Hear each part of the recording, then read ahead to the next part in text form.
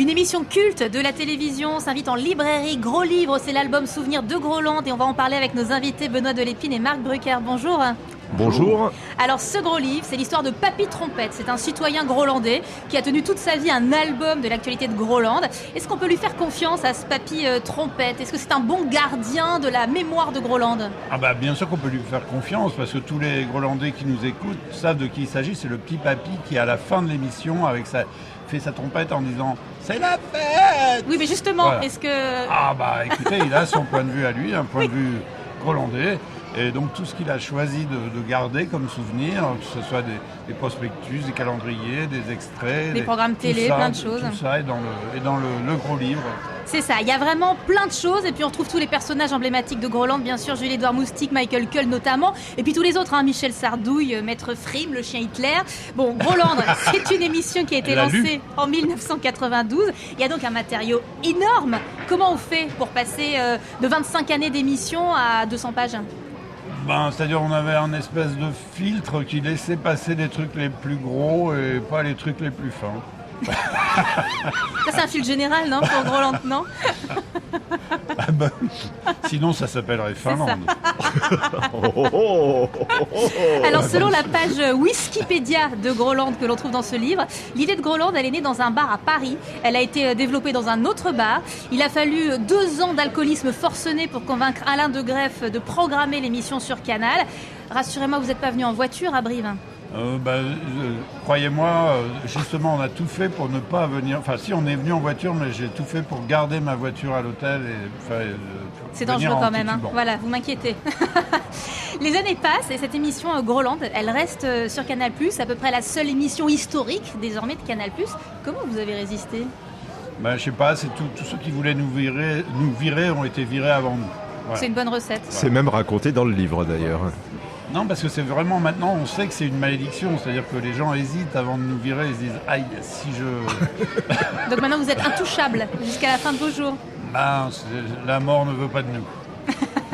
On dit qu'on ne peut plus rien dire. Mais j'ai l'impression que ça n'a pas de prise sur l'esprit de Groland. Il y a des choses que vous autocensurez? Forcément, mais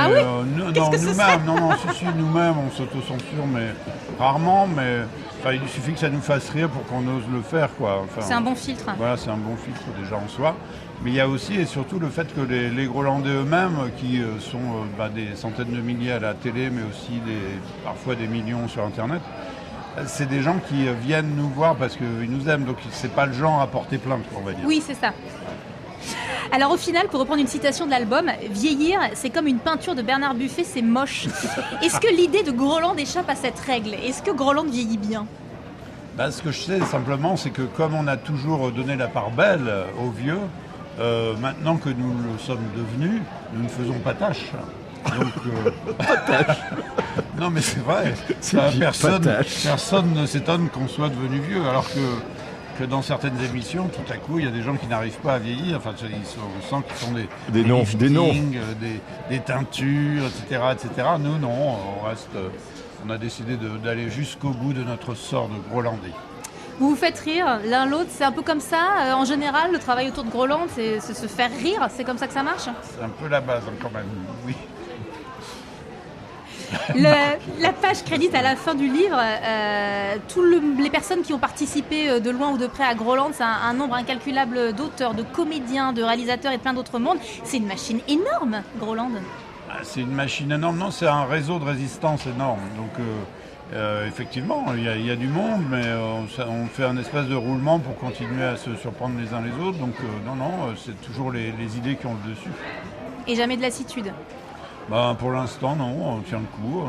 Ça a l'air vaillant. Par exemple, avant-hier, on a fait une fête à la Pomponnette, à l'ambassade du Groland à Paris et tout. Et c'était vraiment trop beau de revoir tout le monde.